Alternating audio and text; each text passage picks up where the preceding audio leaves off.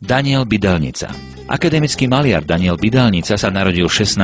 februára 1957 v Nitre. V rokoch 1971 až 75 študoval na Strednej umelecko-priemyselnej škole v Bratislave a v rokoch 1977 až 83 na Vysokej škole výtvarných umení v oddelení monumentálnej maľby u docenta Ivana Vychlopena a docentky Eugénie Lehockej. Od roku 1983 je umelec v slobodnom povolaní. Vo svojej tvorbe sa venuje voľnej maľbe, grafike, tapisérii a sochárstvu. Od roku 1984 vystavuje doma i v zahraničí. Mal desiatky samostatných výstav na Slovensku, v Bratislave, Nitre, Modre, Piešťanoch, Trnave, Dunajskej Strede, v Topolčiankach, Banskej Bystrici, v Nových Zámkoch, v Poprade, v Mojmírovciach, v Bardejove, Prešove, Košiciach, v Trenčíne, Michalovciach, v Komárne, v Žiline, v Topolčanoch a ďalších, a v zahraničí v Českej republike, v Holandsku, Maďarsku, Francúzsku, Kanade, Taliansku, Nemecku, Rakúsku, Mexiku a Brazílii.